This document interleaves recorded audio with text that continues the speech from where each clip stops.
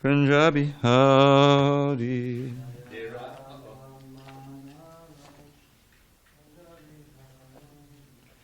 Jaya Radha Madhava Punjabi Hari.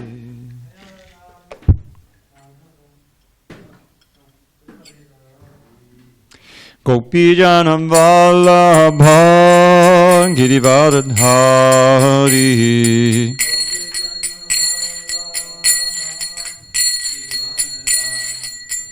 Jaya Gopi Janam Vallabha Girivardhari.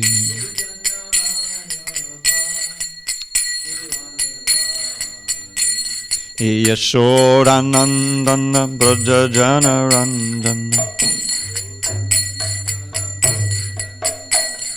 Yashodanandana Brajajana Ranjana.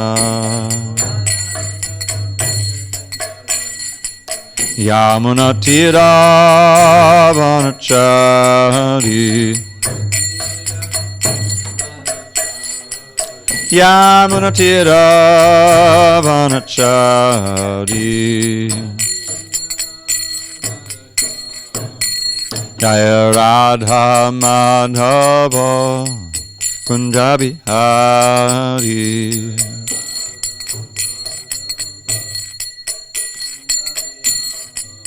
And Jaya Radha Madhava Punjabi Hari.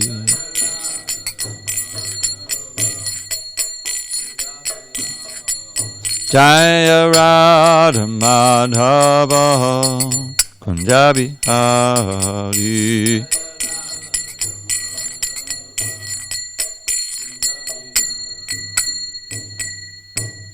Jai Mr. Pad Paramahansa, Padavajikacharya Ashtotirtha Shri Srimad, His Divine Grace, Srila A.C. Bhaktivedanta Swami Prabhupada Ki Jai.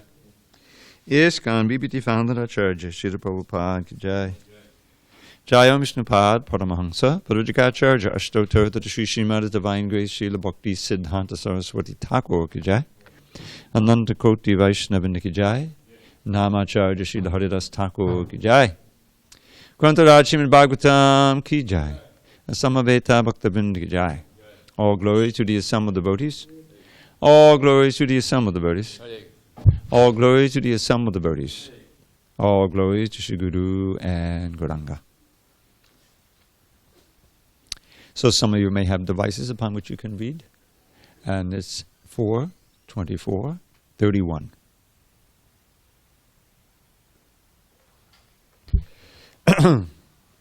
Narayanam Namaskritya Narang Chaiva Narottamam Devim Saraswatim Vyasam Tato Jayamudiriet. Before reciting the Srimad Bhagavatam, which is our very means of conquest, we should offer our respectful obeisances unto Lord Narayan, the Supreme Personality of Godhead, unto Narayan Rishi, the supremest human being, unto Mother Saraswati, the goddess of learning, unto Srila Vyasadeva, the author, and unto Srila Prabhupada, the translator, commentator, and our spiritual master. Nashta Prayesha Bhadreshu Nityam Bhagavata Sevaya Bhagavatyuttama Shloke Bhakti Bhavati Naishtiki. By regular attendance in classes on Srimad Bhagavatam and by rendering devotional service to the pure devotee, all that is inauspicious within the heart is destroyed almost to nil, and loving devotion to the Supreme Lord, who is glorified in transcendental songs, is established as an irrevocable fact. Om Namo Bhagavate Vasudevaya. Om Namo Bhagavate Vasudevaya. Om Namo Bhagavate Vasudevaya. 4:24:31. 4:24:31. On this 25th day of May 2020 in SanDiego, we're reading from Srimad Bhagavatam, translation and commentary by His Divine Grace A.C. Bhaktivedanta Swami Prabhupada. Canto 4, The Creation of the Fourth Order. Chapter 24, Chanting the Song Sung by Lord Shiva. Text number 31. Idam viviktam japtavyam pavitram mangalam padam niksheyasakadam chapi shuyatang tadvadami vaha. Idam viviktam japtavyam pavitram mangalam padam niksheyasakadam chapi shuyatang tadvadami vaha. Idam viviktam japtavyam pavitram mangalam padam niksheyasakadam chapi shuyatang tadvadami vaha.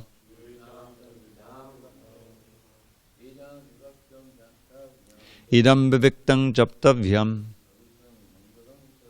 pavitram mangalam padam niksheyasakadam chapi shuyatang tadvadami vaha.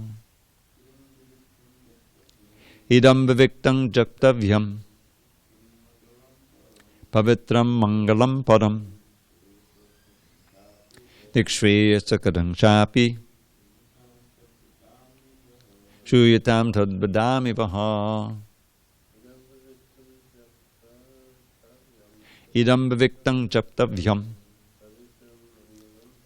pavitram mangalam padam niksheyasakadam chapi shuyatam tadvadami vaha. Idam viviktam japtavyam pavitram mangalam padam niksheyasakadam chapi shuyatam tadvadami vaha. Idam viviktam japtavyam pavitram mangalam padam niksheyasakadam chapi shuyatam tadvadami vaha. Idam, this, viviktam, very particular, japtavyam, always to be chanted, pavitram, very pure, mangalam, auspicious, param, transcendental, niksheyasakadam, very beneficial, cha, also, api, certainly, shruyatam, please hear, tat, that, vadami, I am speaking, vaha, unto you. Okay, translation. Let me turn this somehow this phone is on. The sound. Don't want it to interrupt. Krishna. Okay. All right. Translation. So this is Lord Shiva speaking to the 10 Prachetas. Now I shall chant one mantra which is not only transcendental, pure and auspicious, but is the best prayer for anyone who is aspiring to attain the ultimate goal of life. When I chant this mantra, please hear it carefully and attentively. Purport. The word viviktam is very significant. No one should think of the prayers recited by Lord Shiva as being sectarian.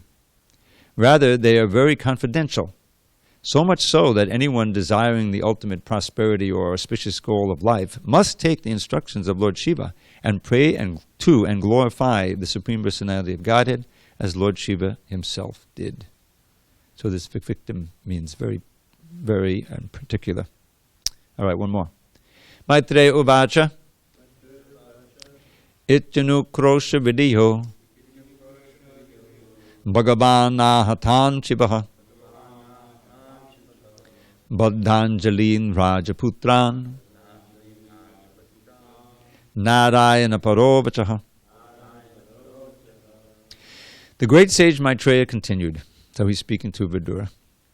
Out of his causeless mercy, the exalted personality, Lord Shiva, a great devotee of Lord Narayan, continued to speak to the king's sons who were standing with folded hands. Purport. Lord Shiva voluntarily came to bless the sons of the king, as well as do something beneficial for them. He personally chanted the mantra so that the mantra would be more powerful, and he advised that the mantra be chanted by the king's sons, Rajaputras. When a mantra is chanted by a great devotee, the mantra becomes more powerful. Although the Hare Krishna Maha Mantra is powerful in itself, a disciple upon initiation receives the mantra from his spiritual master. For when the mantra is chanted by the spiritual master, it becomes more powerful. Lord Shiva advised the sons of the king to hear him attentively, for inattentive hearing is offensive. Om Jnanatimirandasya Jnanandjana Shalakaya Chakshurun Militam Mena Tasmai Shri Gurave Namaha. I was born in the darkness of ignorance, but my spiritual master Srila Prabhupada opened my eyes with the torchlight of knowledge. I offer my humble obeisance unto him and all members of Sri Parampara. So that verse I just chanted fits right in with the purport here. So here we have the last two verses before Shiva actually begins his recitation of this wonderful mantra. Now just one personal note. Visualize, go back, let's see, 47 years. And I don't know, maybe Bhakti Tom is proofreading this, fourth canto. Yeah. And and so I'm reading, and then I come upon this verse and the purport. It must take the instructions. This is the best prayer for anyone who is aspiring to attain the ultimate goal of life. I hadn't read much of the Bhagavatam, but I read this. When I chant this mantra, please hear it. And then in the purport, Prabhupada said, must take the instructions of Lord Shiva. So what do you think I did? I started memorizing right off the manuscript. I got about 5 or 6 verses down. So this is there's some very important instructions here.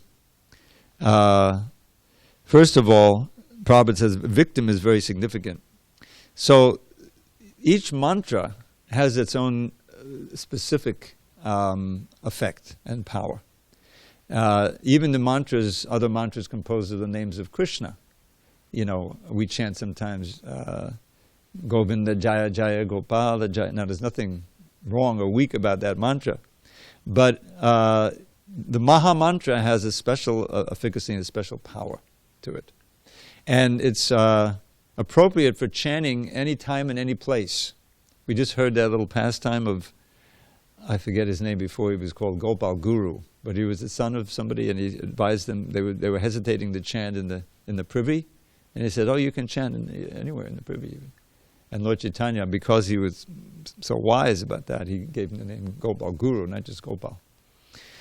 So the idea is that recently Brigupati Prabhu called me up. They have a reading group. You know about that?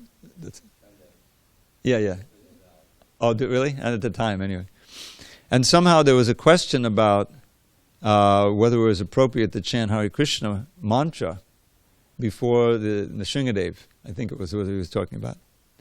And I didn't exactly give him the best answer, but I realized later on I was looking at Mayapur TV, and I saw it was right on or right after Nrsinga's appearance day, and they showed some of the wonderful all-day ceremonies they have for Nrsingadev, and they were all offering all kinds of things and doing the and Hare Krishna mantra was being chanted.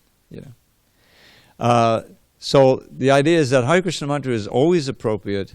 Anyone, anytime, in any place, it could be chanted for any need. But it wouldn't be proper. You can imagine to chant Jaya Radha Madhava or chant Govinda Jaya Jaya Gopala Jaya Jaya in front of the Nrsinga deity.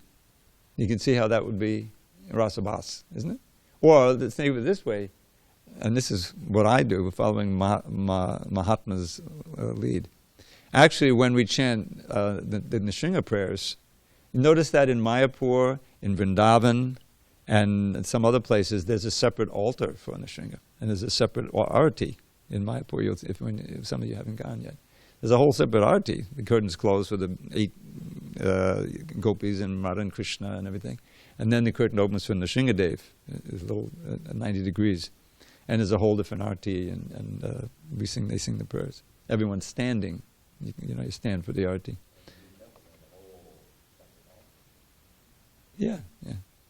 So the idea is that it's a different mood. It's a different mood. Each of the deities. So, following Mahatma, I don't look at the deities when we chant in the Shinga prayers. I don't look at Radha Krishna and chant Namaste Narasimha.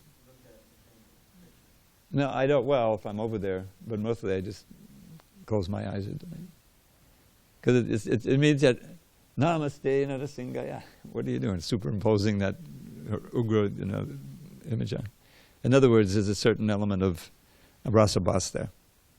But it's not a regular principle. It's not, but it's just my preference. So the idea is that these mantras that we that have received, of course, Prabhupada talks here about the importance of the initiation, and that the mantra is always potent, but he makes it, say it's twice here. It becomes more potent when received, from the spiritual master. The mantras are infused, especially the Hare Krishna mantra, infused with the energy of the Lord, right? Nam Nama Kadibo Nidya Sarva Shakti Tatrapita means Nidya all of your Shakti.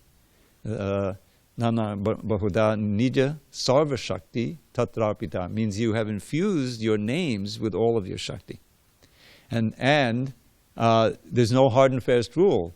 This is a big thing. For us, we don't know. Who knew growing up in the West? But in India, it's very restricted who can chant the Vedas. Not anyone can just sit down and get the Vedas and start, It's only the Brahmins and born Brahmins have all restrictions. But Lord Chaitanya specifically gave this mantra because it's universal. There is no hard and fast rule. Anyone, anytime, any place can chant, which means it's universal and anyone can be benefited. And it's the most powerful, mantra for auspicious mantra.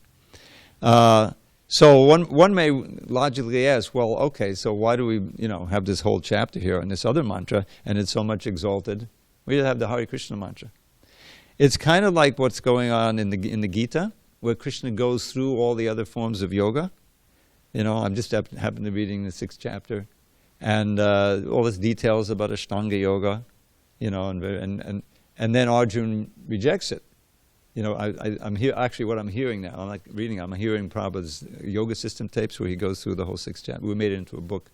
What is it called? The Path of Perfection, I think, something. So one may logically ask, well, what's the point? At the end of the chapter, near the end, Arjuna rejects it. Krishna says, no, you can achieve it. You can succeed by practice. And so Arjuna still has doubts. He says, well, what if I fail? Won't I be like a riven cloud?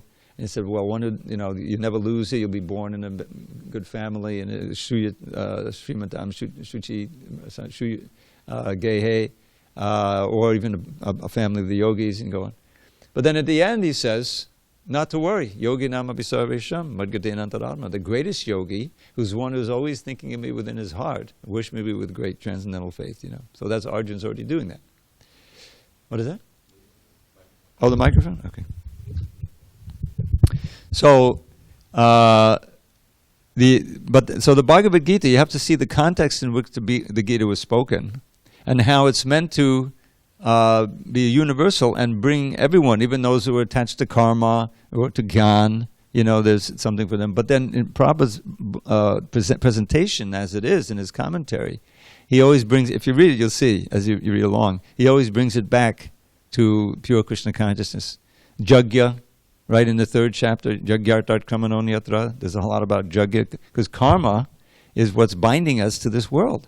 And one who wants to break free and go back to Godhead or get liberation, you have to do something to counteract all these sinful reactions. How do we do that? Well, that's Yagya.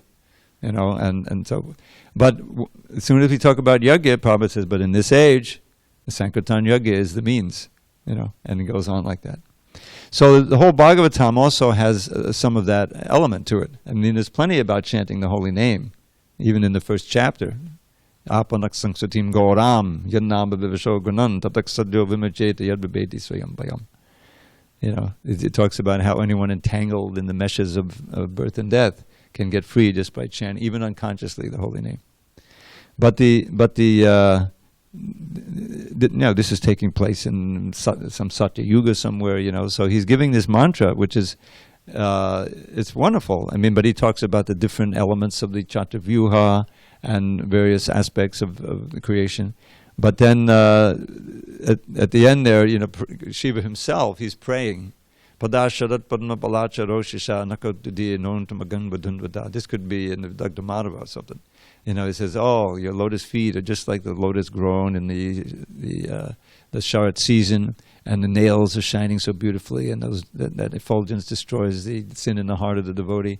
Please manifest yourself in this sweet form." So this is Shiva praying, praying to. So it comes around to that.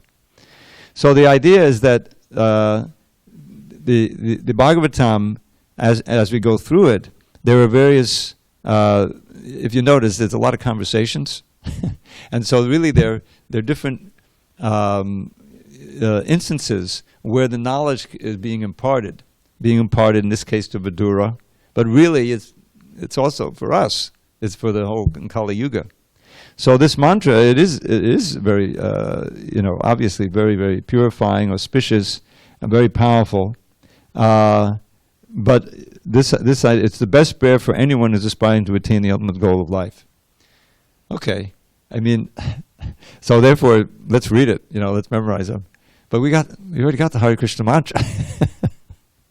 So it's not that it's like perfect, more perfect, and most perfect. So this is best, more best, most best. For us. For us, this mantra is fantastic. We should chant it. If we can, memorize some of it or all of it. But our mantra that we've been given, and that is especially empowered in this age, is the Hare Krishna mantra. Now what happens is that the Hare Krishna mantra, of course, is so purifying, you become enlivened in Krishna consciousness, and then you become interested in everything related to Krishna.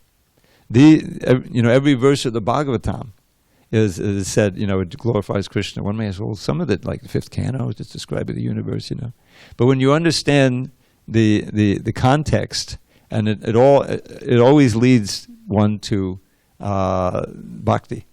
Like if you read the fifth canto, I remember working on the fifth canto during the marathon, 75.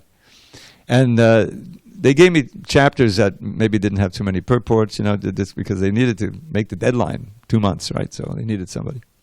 So I'm working on the hellish chapters. There's a description of the hellish planets there. It was pretty spooky. I mean, you're working at 11 o'clock at night. It's a marathon, right? And there's all these different things, sins that, of course, I committed most of them before I joined, And there's not much there about bhakti. It's just like, it's scary, all the different punishments for people and being thrown off mountains and being forced to embrace an iron form of a female, red hot iron. Whoa, But then what happens? After that chapter, then Parikshit, he asks a question. He's also disturbed by this. How can they be saved? How can they be saved? And so that's the beginning of the whole pastime of Ajamil in the beginning of the sixth canto. And so you know how it goes. That first he tests them. Shukadeva tests Parikshit, and he talks about prayaschitta. You were reading that last night. I don't know if you noticed that. Tapasa brahmacharya na shamena chitamenaja. There's a verse describing penance and austerity. Prabhupada gave a translation without quote marks in there. But manye kunja shochavat, which means kunja shochavat, the elephant bathing. That's the elephant bathing. In other words, it doesn't uproot completely the desire for performing the sinful activity. And so you have the distinct risk of backsliding, as the Christians say, backsliding, because the desire is still there, and then you have to go and atone, and then you get the whole thing of just becoming mechanical, sinning and atoning, sinning and confessing, sinning and confessing. So that he passed the test, and therefore Shukadeva then spoke the whole pastime of Ajamil, who was so sinful, who was a Paka Brahmin, but wasn't chanting Hare Krishna, and therefore he fell prey to the allurements of Maya, and his whole life he got entangled in this life with the prostitute. He had all these children, He's 80 years old and he has a little boy, so that in itself says that he's having sex, way beyond when you should.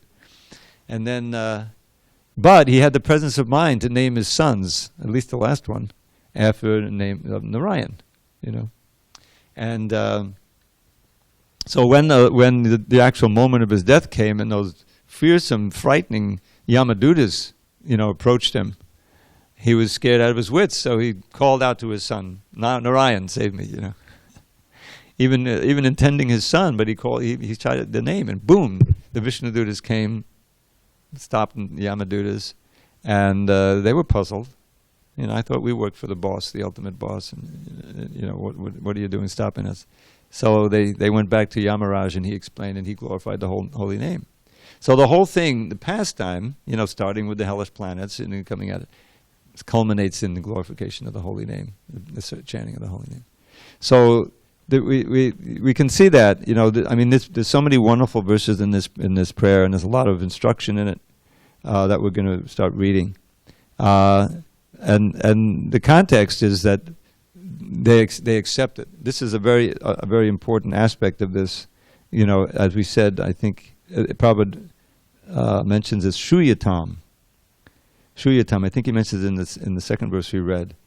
Please hear, and the implication, please hear with attention, because hearing without attention is offensive. Right? We read that in the purport. Yeah. So this is an extremely important point. What are we bringing to the most important aspect of our devotional life, which is hearing? All our chanting is accompanied by hearing. We're hearing something. But what is the quality of that hearing?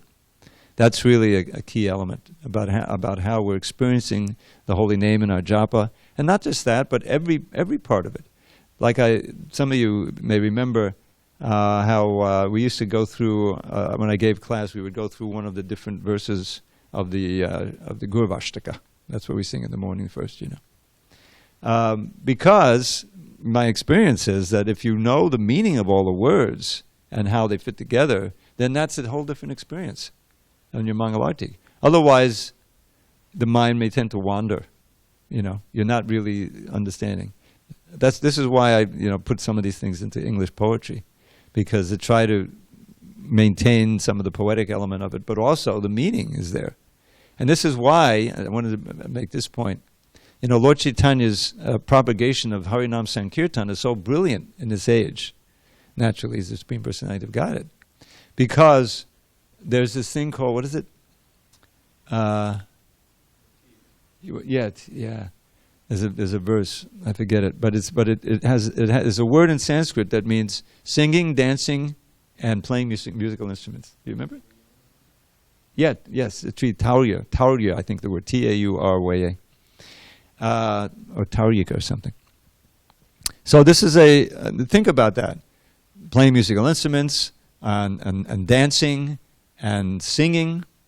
This is a huge weapon for Maya. These rock concerts and the raves, and just going to a bar, there's always music, there's always sound, So when people get into doing the dancing, and they're hearing the music, it's very absorbing for the mind, and most of the time it's in the mode of ignorance or a little passion there, very affecting, very conditioning. So those same elements, Lord Chaitanya engaged in glorifying the Lord. Harinam Sankirtan. You read the Chaitanya Charitamrita. When the kirtan starts, the ecstasy rises, and the symptoms are coming. Lord Chaitanya is falling on the ground. Nityananda, Nityananda is protecting him. Mother Shakti is saying, "Oh, I have one prayer. Please don't let him be injured when he falls on the ground." It's going on for hours, and so that the whole idea is that you get absorbed better. Your mind is more absorbed, just like you can get absorbed in the modes of nature with the dancing and the singing and forget all your troubles. And have fun, and then there's a reaction because you're in the modes, and you're not really making any transcendental advancement there. But when it's kirtan, a real rip-roaring kirtan with wonderful, rhythm playing and singing and people are dancing, you get swept up into it. Doesn't matter. Anyone who walks in to the temple or walks by in the Harinam Kirtan, if it's really together, You know, how many times have we experienced? We used to go down every week on a Friday, and people will stop. You know, if there's energy and devotees are into it, you know, it's attractive. So that's the special benediction we have. The greatest mantra, the Maha Mantra, accompanied by in this singing and dancing especially, is very absorbing. Now, of course, once we get, you know, there's also that element of japa. You know, the rhythm may be there, but there's no dancing, no singing. So that's more meditative. But they work together. If we become absorbed in kirtan, the japa will be easier to concentrate. This has been my experience when you're regularly getting a lot of Harinam kirtan. So that's, but the theme here is the attentiveness. The attentiveness.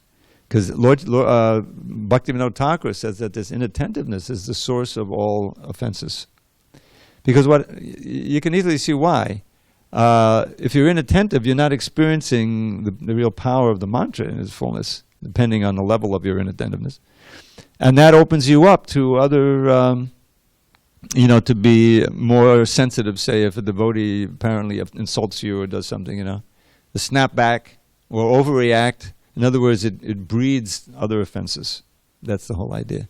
And it's harder to control your senses.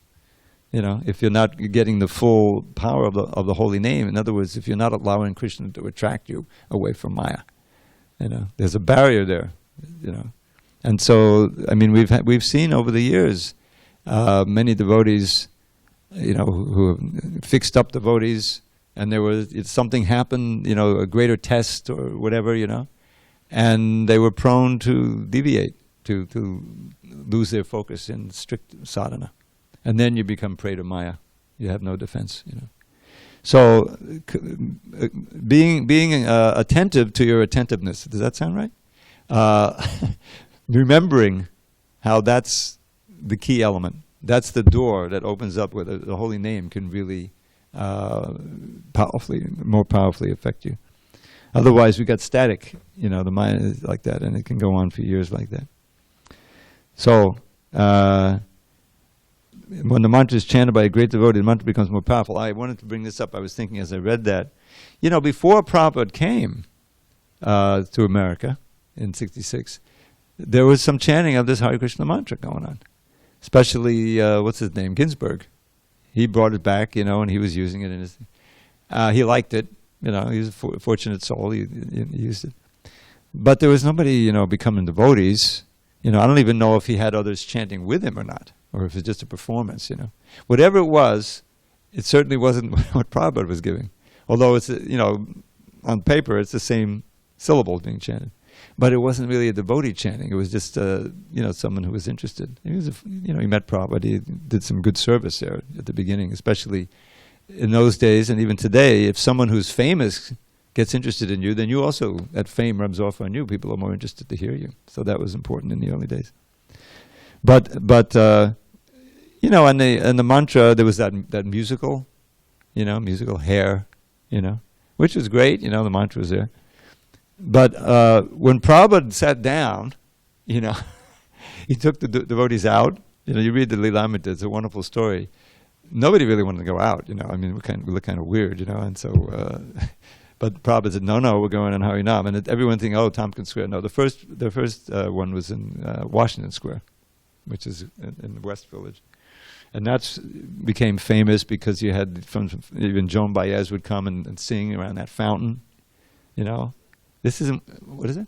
Her name is Joan Baez. I don't know if that rings a different generation. She was one of the main folk singers. We had the folk singers were at least as famous as the rock singers at first. Yeah. And anyway, so that was the happening place. I mean, and so they went there, but it was more restricted. The cops were there, you know, because it's universities right there and everything. NYU, which I attended for a while. So they probably sit down on the grass and they start the kirtan, and like 5 minutes later or a few minutes later, the cops said, "Don't you see the sign?" No, I said, "Who's in charge here?" Who could be in charge is Prabhupada. The sign is right there, no standing on the grass. I was, okay, so they went on, and he sat right down on the pavement, you know. So anyway, that was the first, but it really took off in Tompkins Square Park. That's Lower East Side. That's East Village. It's poorer, and there's no university and anything. So, which was great, because then Prabhupada could really set up and he could just go for 3 hours straight. He's beating that little half a bongo drum. Bongos come in 2 parts, and they gave him 1/2 a bongo, just playing that bongo. And it was so potent because of the purity and the mantra that a crowd gathered. And he had a little crew by that time, and they stood up to dance. You've seen the movie. So, it was very purifying. And then when Prabhupada finally stood up to speak, some people were intrigued, and they followed the devotees back to the 22nd Avenue. So that potency, what to speak of when he's in the 22nd Avenue. You had your people who were really interested, trying to pay attention, get into the mood. That's how the movement grew.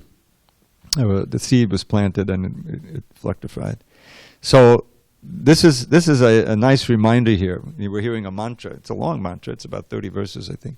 But this is what we're all about, these mantras. And Prabhupada said these verses are also like mantras. All of them, the Gita and Bhagavatam. In other words, you can chant them again and again. That's why we're meant to chant. Everyone chants. But to really, some of them are so famous. Prabhupada quoted them. They embody so much of the philosophy.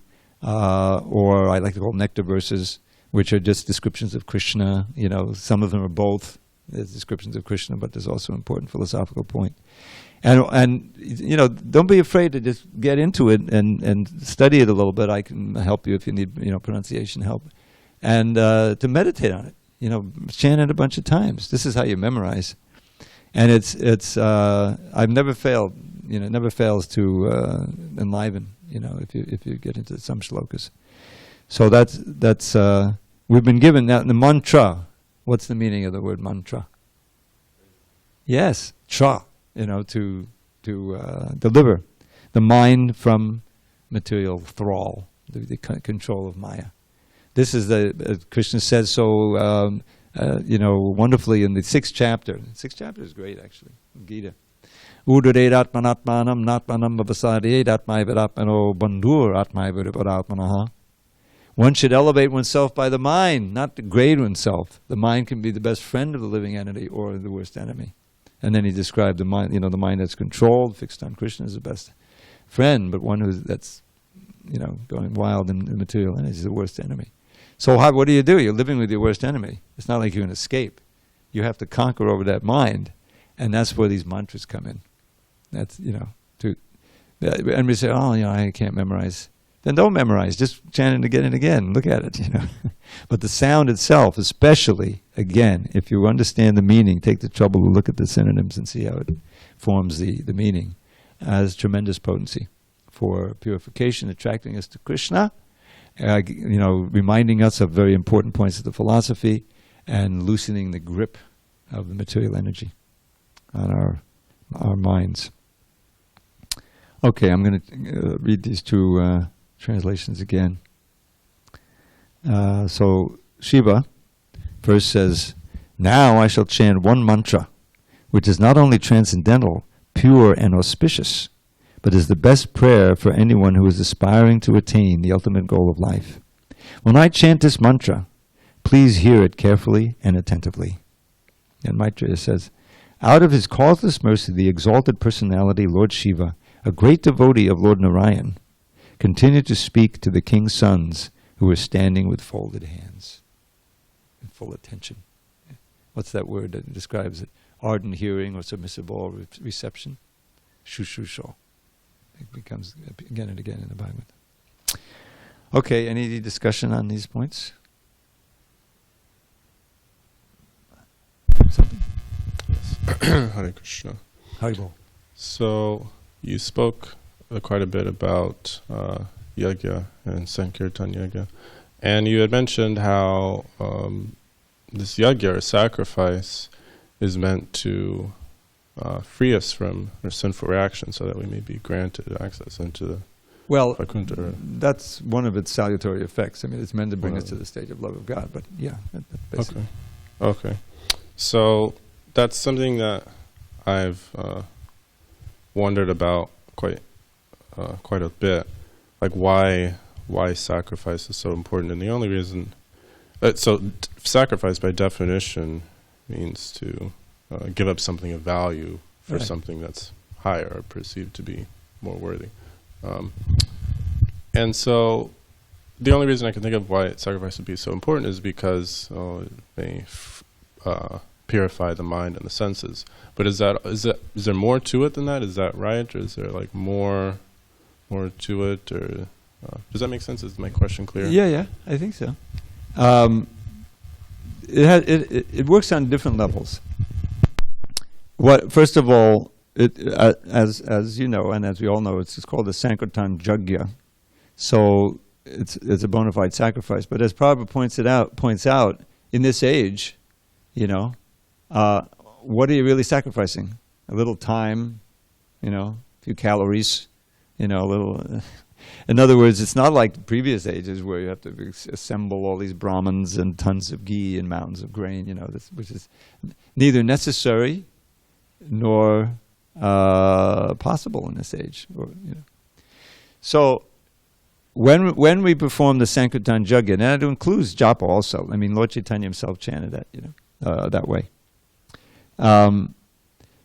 We're as described right practically in the beginning of Bhagavatam, second chapter. Krishna's in our heart. He hears. We're chanting his name, and we're trying to hear a little sincerely. We're not chanting for some material purpose. We're chanting under instruction. So from within, he purifies our heart. Right? That's vidunoti, but from the Abhadras. Srinvatam sakata Krishna punya shavanakir. Ridjandaksto yabhadrani vidunoti suritsatam. So the preliminary benefit is eradicating karma. That's not really why we chant. At least, that's not at all the main reason. We know that's a nice benefit. Some people may begin chanting that way, but they'll soon learn that the real goal of the chanting is pure love of God and understanding our actual relationship with Krishna and returning to Godhead. So, but as in many, many verses, there's a book called the Hari Bhakti Vilas, and there's a whole section on the holy name. There's literally hundreds of verses there. And almost all of them describe how you get free from sinful reaction, because the book is written for the householders, they're very concerned about that. So on one side, it improves your material life because you're clearing away all of this dross that is kind of weighing you down, all of your previous karma. And Prabhupada pointed that out all the time. He said, so many of my disciples, they were living on the street, they're naturally beautiful Westerners, but it was covered all dirt and everything. But now, ever since they've been chanting and dancing like peacocks, they look like they've come from Vaikuntha, like angels, angelic. And people would comment, he would quote, it says something, are you Americans? Because they would be so blissful. So even without attaining the state of pure love of God and exhibiting all of the 8 sattvic bhavas, there's a tremendous benefit that you feel on every level, even physical. What to speak of emotional, mental, your whole demeanor changes. And so the sacrifice of chanting, that has that as its goal. I mean, that we have so many verses, the essential teachings of Lord Chaitanya.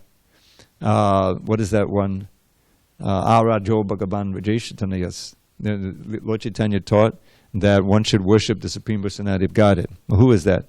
Vajayashatanyas, the son of Nanda Maharaj, and it's Krishna. There's so many other kinds.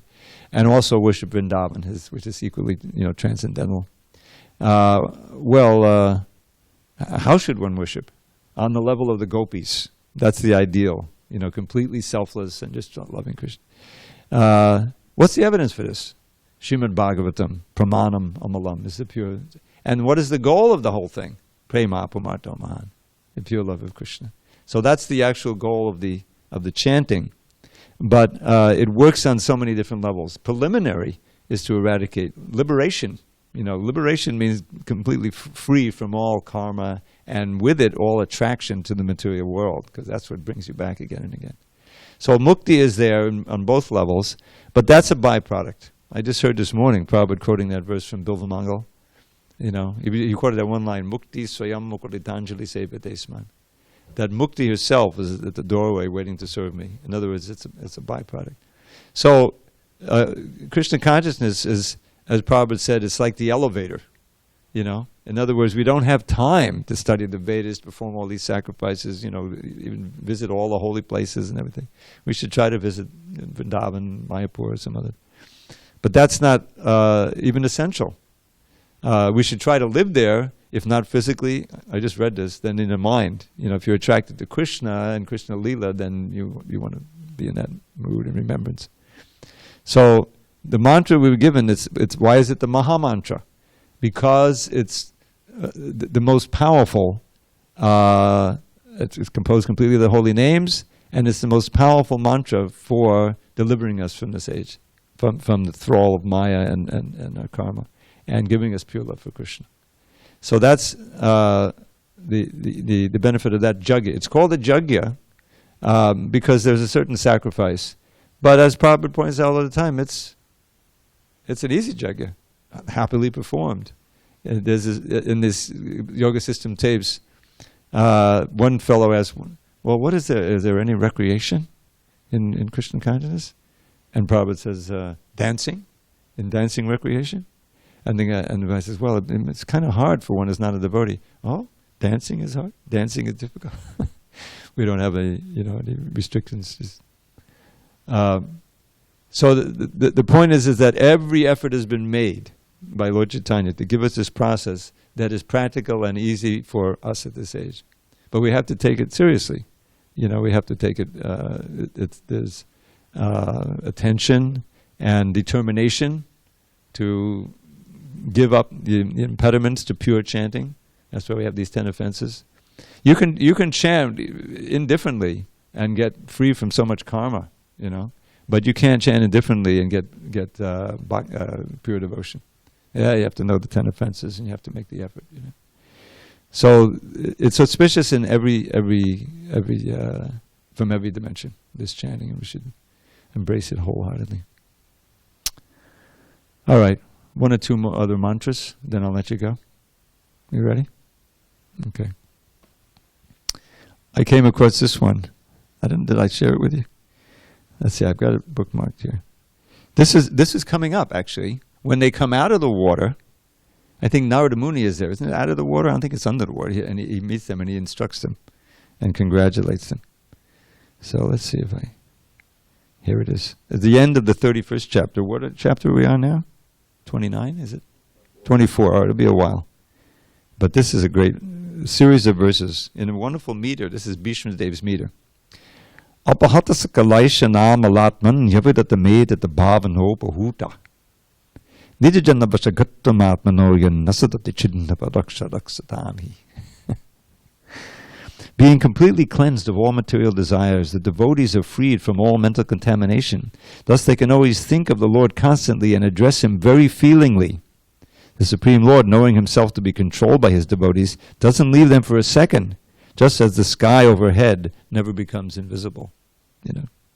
So this phrase, edita bhavanopahuta, it means ever-increasing, calling out to the Lord with ever-increasing feeling. That's what that means. Edita bhavana upahuta. But that very word upahuta, it's almost like an onomatopoeia, isn't it? Upahuta, upahuta. So he's describing that, and his avirata means without stopping, you know. Then Krishna comes under the control. In other words, you get pure love for Krishna. And then he's always with you. If Krishna is always with you, and you feel he's always with us anyway, but if you always feel his presence with you, where is there any source of fear or doubt? Or it's so he's describing this the state of the Prajetas now. So we're coming up on that one. All right, I'll let you go. All glories to Srila Prabhupada. Hari Hari.